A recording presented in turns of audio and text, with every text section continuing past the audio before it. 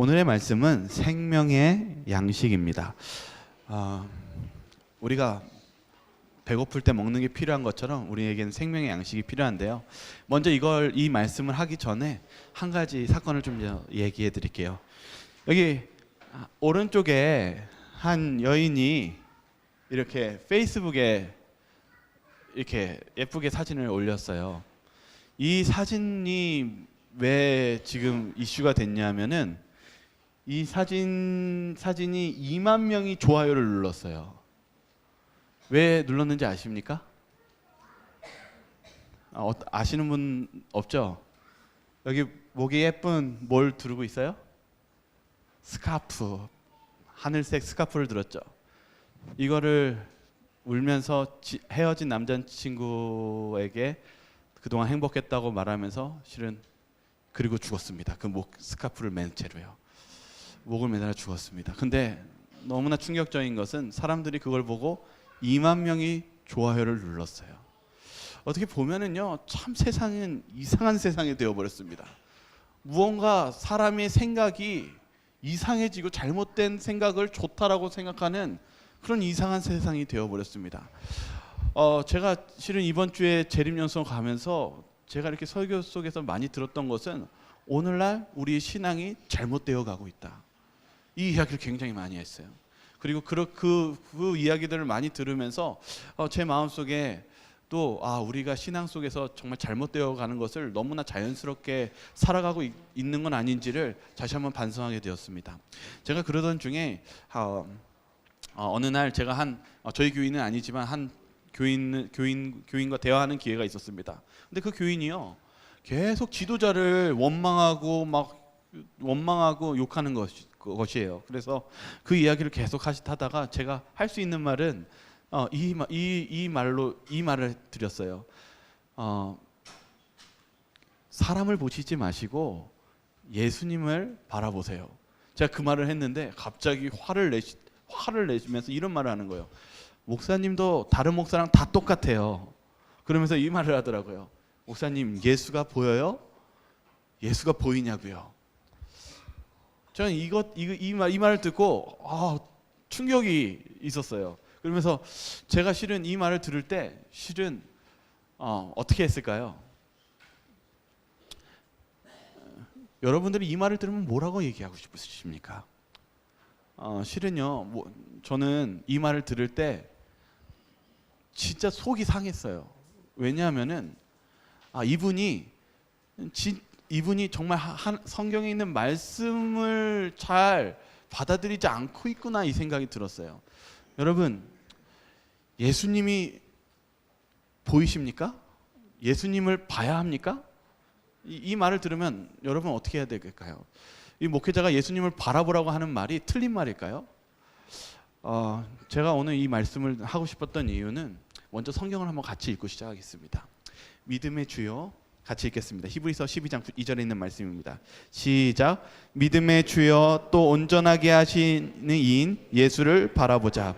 그는 그 앞에 있는 기쁨을 위하여 십자가를 참으사 부끄러움을 개의치 아니하시더니 하나님 보좌 우편에 앉으셨느니라.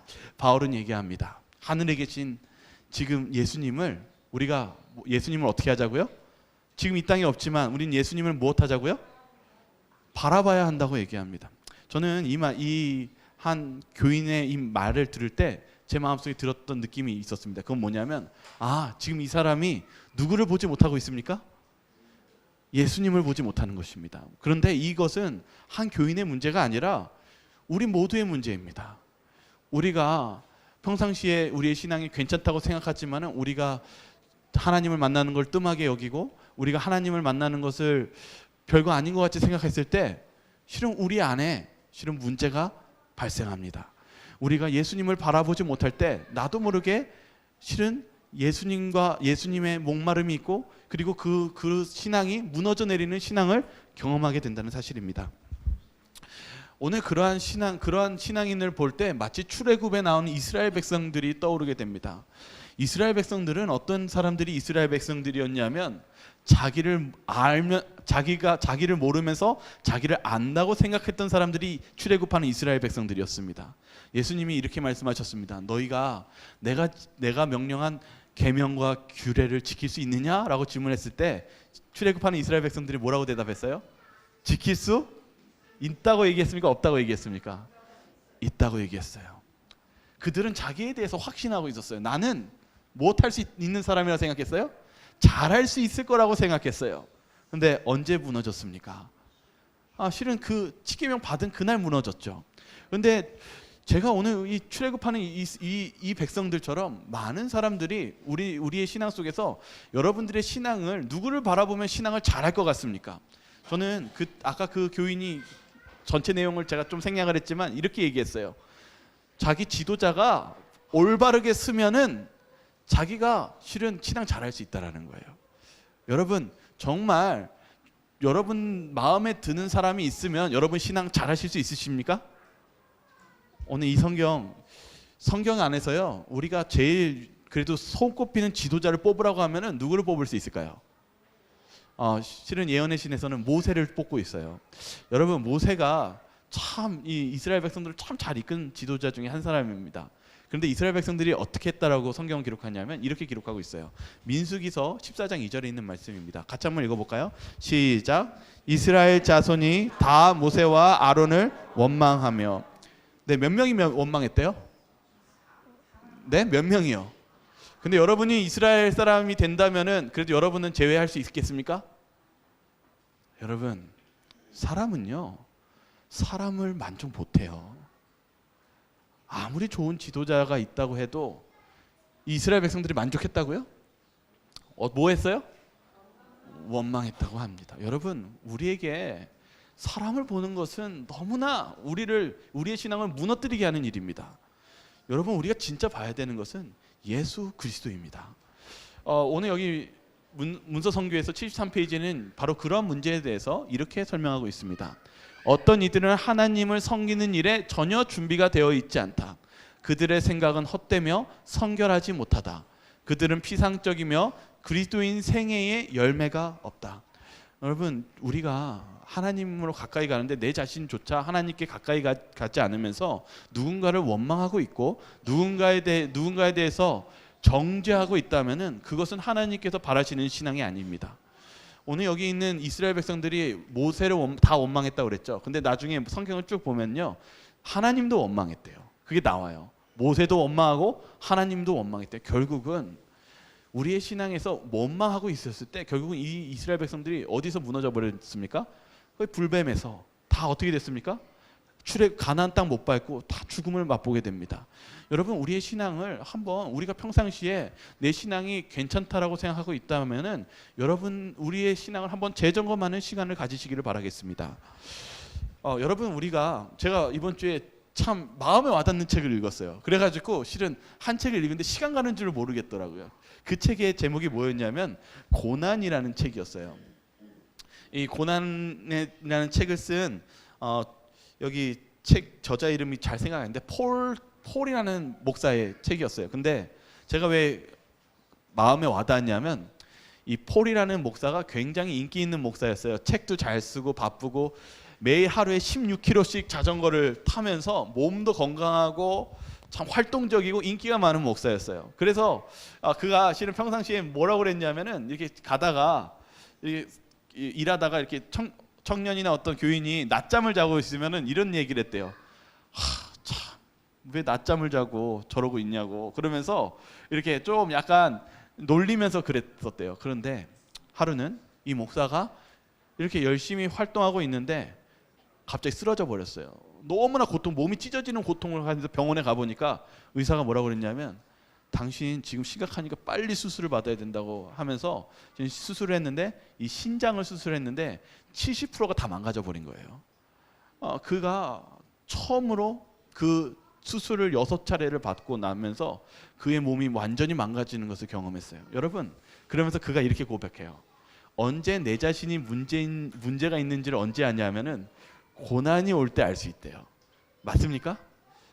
내가 강한 것 같고 내 신앙이 하나님과 정말 하나님과 정말 튼실한 것 같은데 언제 내 자신이 정말 무너지고 내 자신이 뭔가 문제가 있다는 걸 언제 발견하냐면 고난이 올 때요. 베드로도 언제 자신이 문제가 있는 걸 알았냐면 자신의 생명의 위협이 왔을 때 예수님을 부인했습니다.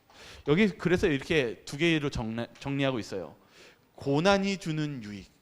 이 목사가 뭐라고 요약하냐면은 고난이 보니까 우리에게 중요한 두 가지 장점, 유익을 준대요. 첫 번째가 몰랐던 자아라는 우상을 보게 된다.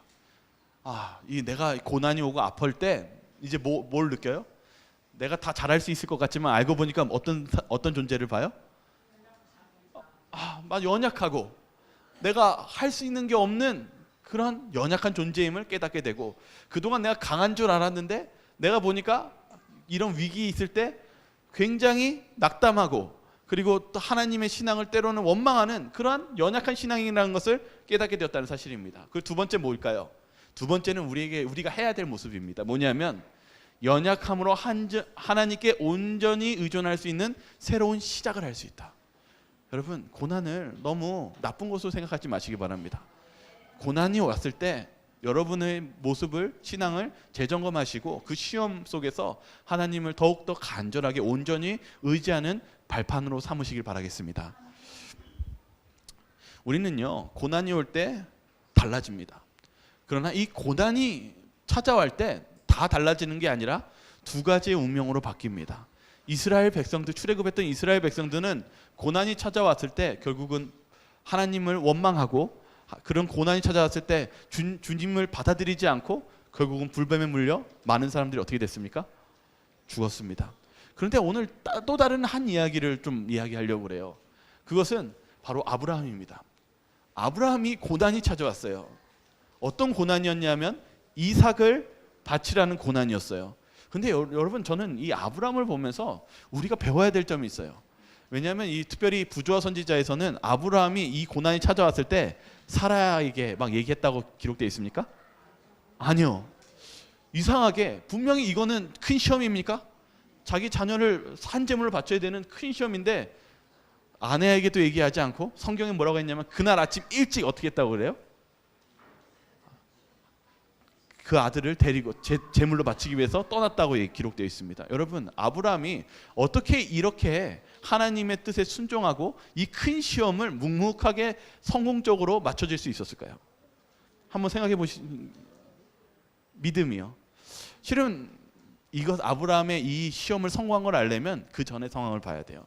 아브라함이 애굽으로 갔었을 때, 가뭄이 애굽으로 갔을 때 아내가 너무 아름다워서 혹시 자기가 죽을까봐 뭐 어떻게 했어요? 하나님을 믿었습니까? 아니요. 자기의 지혜를 믿었어요. 실수했어요. 근데 이번에 아브라함은 달랐다라는 것입니다. 그것은 무엇을 얘기하는 것일까요? 오늘 여기 그것을 알기 위해서는 우리 열처녀에 대한 비유를 알 필요가 있습니다. 여러분, 이 열처녀가 다 성공한 게 아니었어요. 몇 처녀만 성공했습니까? 5처녀만 성공했어요. 무엇 때문에 성공했습니까? 여러분, 기름에 대한 문제죠. 오늘 우리가 이 고난을 겪을 때 우리가 봐야 되는 것은 준비가 필요하다는 것입니다. 오늘 여기 이 설교 101페이지에는 이렇게 적혀 있어요. 우리 한번 같이 한번 읽어볼까요? 시작. 우리는 단순한 이론만 믿을 것이 아니라 우리 등잔에 비칠 수 있도록 은혜의 기름을 사용하여 세상이 우리가 예수와 함께하며 그분을 배우고 있다는 것을 알 수 있도록 해야 한다. 사단은 마음이 방비되지 않는 순간을 틈타서 그것을 지배하기 위해 살피고 있다. 여러분, 이 열처녀의 비유가 뭘 설명하고 있냐면 우리가 무엇을 준비해야 돼요? 비워져 있는 곳에 기름을 채워야 된다고 얘기합니다. 준비가 돼 있지 않으면 누가 찾아온다고요? 사단이 그 방비한 준비되지 않은 틈을 타서 우리를 흔든다는 것입니다. 여러분, 그래서 우리가 고난이 찾아오고 우리의 신앙이 흔들릴 때 우리는 이 고난이 찾아오기 전에 우리의 매일의 삶 속에 무엇하는 것이 필요할까요? 무언가 채우는 것이 필요하고 무언가 우리의 마음속에 가득 차는 그런 경험을 해야 되는 것이 오늘 하나님께서 주시는 말씀입니다. 무엇을 채워야 할까요? 우리가 그런 무엇을 채워야 될지 알기 위해서는 요한복음 6장 53절과 54절을 같이 한번 읽기를 소망합니다. 같이 한번 읽겠습니다. 인자의 살을 시작. 인자의 살을 먹지 아니하고 인자의 피를 마시지 아니하면 너희 속에 생명이 없느니라. 내 살을 먹고 내 피를 마시는 자는 영생을 가졌고 마지막 날에 내가 그를 다시 살리리니. 예수님이요 뭐라고 했냐면, 실은 제가 이번 주에 어떤 한 분의 이야기가 있었는데 아프시고 낙담되는 가운데 계시대요. 여러분, 마음속에 시련이 찾아오고 몸이 아프고 고통이 찾아올 때 우리의 마음이 약해질까요? 약해져요. 우리 마음의 생명력이 떨어질까요? 떨어집니다. 근데 예수님이 이렇게 말씀하셨어요. 인자의 살을 먹지 아니하고 인자의 피를 마시지 아니하면 너희 속에 무엇이 없다고요? 생명이 없대요. 여러분, 우리의 마음속에 살 힘이 없고 낙담이 된다면 우리가 무엇을 먹어야 될까요? 누구를 바라봐야 될까요? 네, 예수님이 주시는 양식을 드셔야 됩니다. 예수님을 바라봐야 됩니다. 오늘 그 부분에 대해서 이렇게 부조 선지자는 이렇게 얘기합니다. 우리는 그분의 말씀을 통하여 믿음으로 말미암아 그분께로부터 영적 능력과 영향을 끊임없이 공급받아야 한다. 여러분, 우리가 먹어야 된대요. 우리가 영향을 끊임없이 공급받아야 된대요. 우리가 그 영향을 끊임없이 공급받으시길 바라겠습니다. 그런 영향을 공급받은 것을 우리 예수님께서 보여주신 사건이 있었습니다. 그게 바로 오병이어 사건이었어요. 많은 사람들이 예수님의 말씀을 듣고 그날 하루 종일 먹지를 못했습니다. 그 배고픔을 느낄 때 예수님께서 보리떡 5개와 물고기 2마리로 그 남자만 장정이 5,000명이었지만 그때 한 10,000명이 넘었을 것입니다. 그 많은 숫자를 어떻게 하셨습니까? 적당히 먹이셨습니까? 충분히 배부르게끔 만족하게 주셨습니다. 이게 우리에게 어떤 의미가 있는지 시대의 소망은 이렇게 얘기합니다. 우리 같이 이 부분 중요하니까 같이 읽겠습니다. 시대의 소망입니다. 예수께서 같이 읽겠습니다. 시작. 예수께서 내가 곧 생명의 떡이라고 말씀하셨을 때 그 뜻을 이해하였을 것이다. 바로 그 전날 기진하고 피곤하였던 큰 무리는 예수께서 주신 떡을 먹었던 것이다. 저희가 그 떡을 먹음으로 육체적인 힘과 원기를 회복을 얻은 것처럼 영생에 이르는 영적 힘을 그리스도에게서 얻을 수 있을 것이다. 예수님이 이 이적을 주신 이유는 예수님께 나아가서 예수님께 양식을 받음으로써 우리가 무엇을 얻을 수 있어요? 우리 마음에 영적인 힘을 얻을 수 있다는 것을 예수님께서 보여주시기 위해서 그 이적을 보여주셨다는 사실입니다. 그래서 예수님께서 요한복음 6장 35절에 이렇게 얘기했습니다. 예수께서 이르시되 나는 생명의 떡이니 내게 오는 자는 결코 줄이지 아니할 터이요 나를 믿는 자는 영원히 목마르지 아니하리라. 예수님이 뭐라고 하셨냐면 나에게 오는 자는 결코 무엇하지 않다고요? 목마르지 않고 또 뭐하지 않다고요? 배고프지 않대요. 여러분, 예수님의 그 배고픔, 마음의 배고픔을 예수님이 채워 넣어 주시겠다고 얘기합니다. 예수님의 그 양식을 드시기를 바라겠습니다. 그 생명의 양식이 무엇인지에 대해서 실은 딱 2가지가 있습니다. 오늘 이 생명의 떡은 주석은 이렇게 얘기합니다. 생명의 떡이 필요하다. 그것은 하나님의 말씀을 연구하라. 여러분, 우리가 생명의 떡을 먹어야 살 수 있습니다. 근데 그것이 무엇이라고 얘기하고 있습니까? 하나님의 말씀을 연구하는 것입니다. 여러분, 제가 아까 다시 처음에 얘기한 걸 정말 죄송한데요. 그 교인이 왜 힘들었냐면요, 한동안 교회를 오지 않았어요. 오랫동안요. 그러다 보니까 실은 예수님도 보지 못했던 것이죠. 우리에게 있어서 정말 필요한 것은요, 누구를 원망하고 마음에 들지 않는 사람 때문에 신앙을 못하는 것이 아니라 예수님을 바라봐야 됩니다. 예수님을 만나셔야 합니다. 예수님으로부터 양식을 먹을 때 우리는 마음의 포만감과 기쁨을 얻을 수 있다는 사실입니다. 오늘날도 그런 예수님을 만날 수 있을까요? 만날 수 있을까요? 만날 수 있습니다. 제가 아까 정말 한 주 동안 정말 감동 있게 읽었던 책을 다시 좀 설명을 드릴게요. 이 폴 목사님이요, 그 신장이 70%가 망가져가지고 실은 평생 이제 피로하고 아픔을 가지면 살아야 돼요. 근데 또 하루는 또 쓰러져 버린 거예요. 그래서 병원에서 치료를 받는데 또 수술을 받아야 될지 모르고 그 고통 가운데서 계속 신음소리를 내면서 긴 병원의 치료 시간을 보냈어요. 그 고난을 어떻게 이겨낼 수 있을까요? 여러분, 그 아픈 고통을 어떻게 이겨낼 수 있을까요? 여러분들도 아플 때 그 고난을 어떻게 이겨내십니까? 저도 병원에 많이 입원해 봤거든요. 이 고통이 눈만 뜨면 아파요. 눈만 뜨면요. 잠자는 시간 외에는 계속 아픕니다. 그래서 너무 아파가지고 예전에 한번 제가 뼈가 부러져가지고 6개월 동안 입원한 적이 있었는데 너무 괴로워서 한 번은 계속 소리만 질렀던 적이 있었어요. 계속 몇 시간 동안요. 제가 그 느낌 하면서 그 고통을 어떻게 이겨낼까? 근데 이 폴 목사님이 자기의 경험을 이렇게 얘기해요. 나는 단순한 말의 위로가 아닌 아내의 존재를 통해 위로를 받았다. 이 고통을 누구를 통해서 위로를 받았대요? 아내요.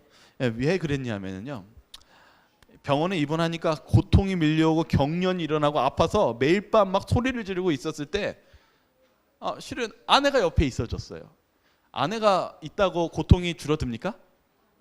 더 줄어들진 않아요. 그런데 옆에서 아내가 같이 있어주고 그 고통의 병상에 누웠을 때 그 옆자리에서 같이 잠을 자주고, 때로는 내가 포기하고 싶고 원망하는 불평불만을 했을 때 아내가 위로해 주면서 괜찮아, 할 수 있어 라고 격려해 줄 때 그의 그 고통의 그 시련의 시간을 못했어요?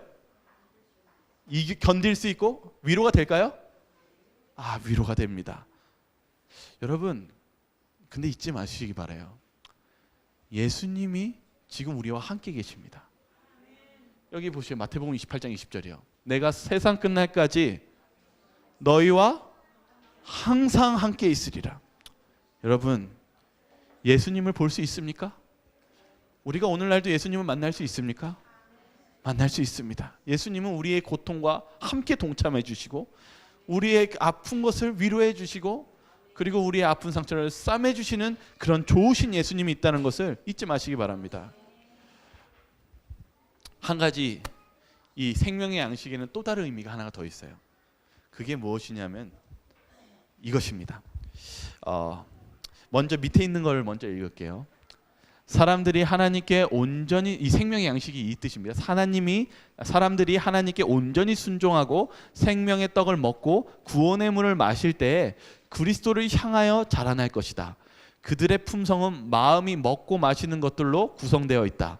그들이 받아들이고 복종하는 생명의 말씀으로 신의 성품에 참여하는 자들이 된다. 그렇게 되면 그들이 하는 모든 봉사는 하나님을 따르는 것이 되며 사람이 높임을 받지 않고 그리스도가 존귀함을 받는다.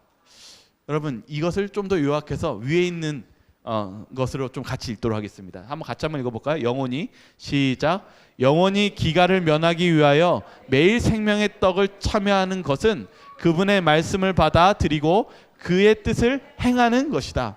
여기 한 가지 추가되어 있죠. 무엇하는 것이 생명의 양식을 먹는 것이에요?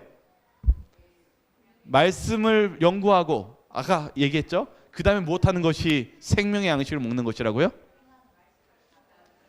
그의 뜻을 행하는 것. 다른 말로 표현하면 믿음의 발을 한 걸음 내딛는 것을 얘기합니다. 여러분, 우리의 삶 속에, 신앙 속에 어려움과 공경에 처했을 때 하나님의 말씀이 때로는 힘들게 느껴질 때 그 믿음의 한 발짝을 내디딜 때, 그 행동을 실행할 때 여러분은 그 양식을 드시고 계신다는 사실을 잊지 마시기 바랍니다. 예수님께서는 우리를 충족하게 채워주신다고 말씀하셨습니다. 하나님의 말씀을 펴시고 그분의 뜻을 행하는 그것이 하나님의 양식을 먹는 것이라고 이야기하고 있습니다. 오늘 우리가 그 양식을 먹을 시간이 오늘입니다. 오늘 저와 여러분들이 그 양식을 드시기를 바라겠습니다. 한 가지 제가 또 하나 이야기를 드릴게요. 실은 제가 재림연수원 기간 때 제가 좀 마음에 깊이 감동을 받았던 한 목사님 간증이 있어가지고 이게 좀 맞을 것 같아요. 이 목사님이 이제 합회에서 야영회를 했었어요. 그래서 실은 그때 야영회 가면 막 목회자들 가가지고 막 여러 부스 활동하고 바쁘거든요. 근데 이제 그 산속의 야영장을 갔는데 어떤 부스가 있었냐면 암벽 등반하는 부스가 있었어요. 근데 이제 물론 이제 암벽 등반하는 것은 위험하지만은 거기에서 암벽 등반 잘하고 이제 그 지도자 자격증이 계시는 목사님이 이제 그 부스를 하고 있었어요. 근데 갑자기 이제 부스 활동하고 있는데 이제 갑자기 연락이 온 거예요. 큰일 났다고, 암벽 등반해서 사고가 났다는 거예요. 그러니까 지금 병원으로 가고 있는데 목사님 빨리 오시라고.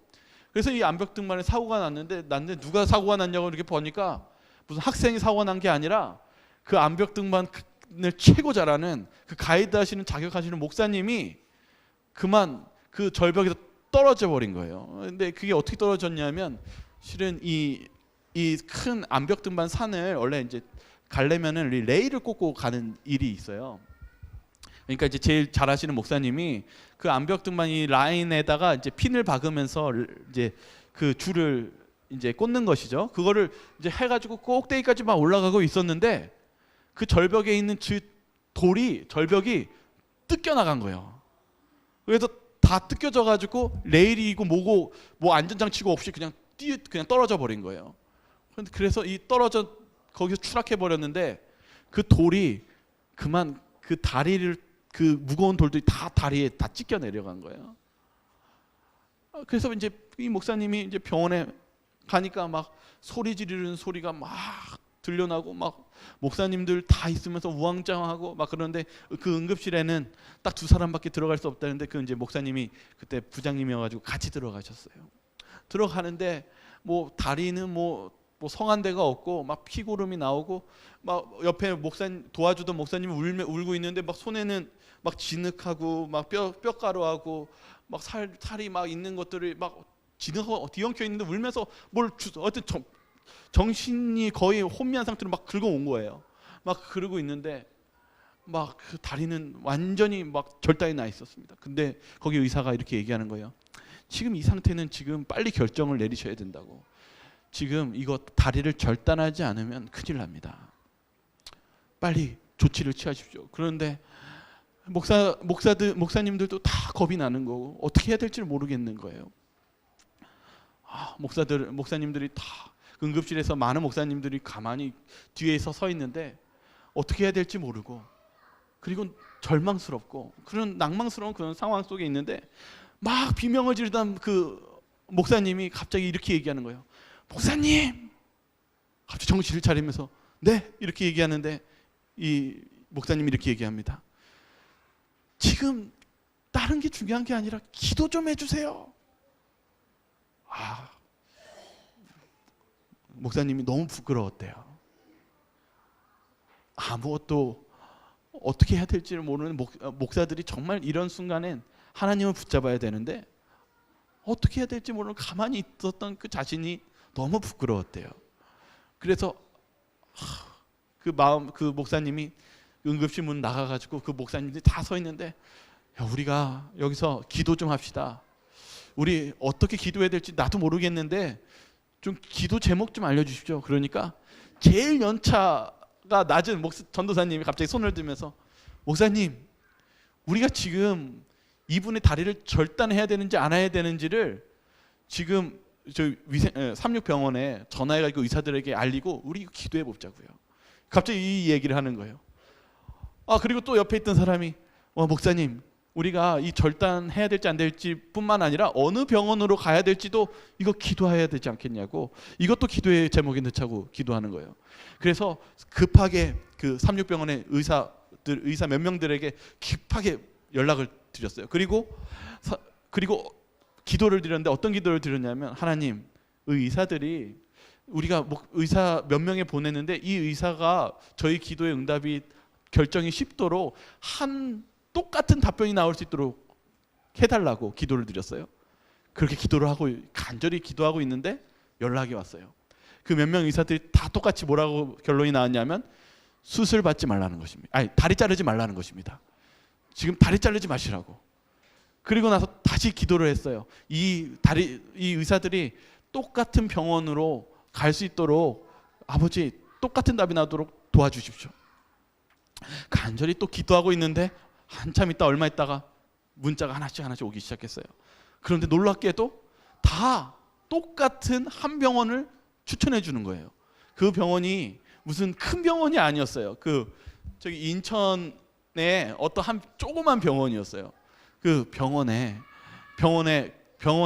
다 가서 거기 가서 수술 받으라고. 그래서 그 막 살점과 그런 것들 막 어떻게 헹구면서 정말 앰뷸런스를 타고 거기 그 병원에 전화했어요. 그 병원에 전화하면서 이렇게 했어요. 우리가 지금 목회에서 무슨 야영을 왔는데 이 다리가 완전히 절단되고 그래가지고 여기 부러지고 이것을 수술을 해야 되는데 좀 수술을 받게 해달라, 급하다. 그런데 그 병원은 그 수술을 전문으로 하는 병원이에요. 왜냐하면 그게 공단 쪽이라서 다 절단이 되고 그래서 그 접합을 최고로 잘하는 그 병원이었어요. 근데 그 병원은 늘 언제나 수술이 꽉 차 있어서 그 시간을 비울 수가 없는 거예요. 그런데 기도했어요. 하나님, 수술을 받을 수 있게 도와달라고. 기도하고 있는데 그 병원에서 있었던 이야기를 또 얘기를 해주는 거예요. 그 병원에서 몇 글자를 정했대. 지금 급하고 그 사람이 직업이 목사라는 거예요. 근데 그 의사가 이렇게 딱 봤는데 수술하는데 목사라는 이야기를 딱 듣고 바로 스케줄을 다 취소했대요. 그리고 나서 그리고 나서 제일 먼저 이 사람 오면은 이 사람이 제일 먼저 수술하는 것이다라고 하면서 스케줄을 비워준 거예요. 이야기를 알고 보니까 이 사람이 개신교의 장로래요. 근데 신실한 장로인데 하나님을 하는 종이라는 소식을 듣고 제일 먼저 치료해줘야 된다고 그 모든 시간을 비워준 거예요. 그래가지고 그 목사님이 도착하자마자 그 수술실로 곧장 들어가서 수술을 했습니다.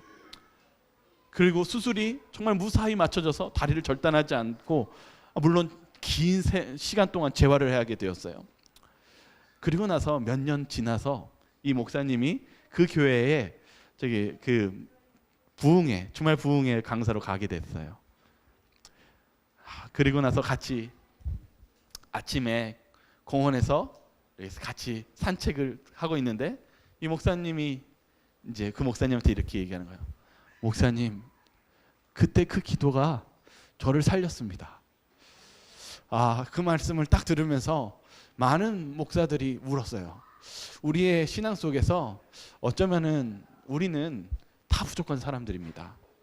저희 목회자도 부족하고 우리 성도들도 우리가 늘 언제나 부족함을 느끼면서 살아갑니다. 그러나 저와 여러분들이 잊지 마셔야 될 거 있습니다. 그것은 뭐냐면은 우리를 받아주시기 위해서 간구하시는 예수 그리스도가 있다는 사실입니다. 예수님은 우리를 치유하실 수 있으십니다. 예수님은 우리를 바른 길로 이끄실 수 있습니다. 예수님은 우리의 고난을 이기실 수 있는 그런 충분한 양식을 가지고 계십니다. 그런 예수님께 나아가시지 않겠습니까? 그런 예수님께 우리의 마음을 들이시지 않겠습니까? 그런 저와 여러분들 되시길 바라면서 오늘 말씀을 마치도록 하겠습니다.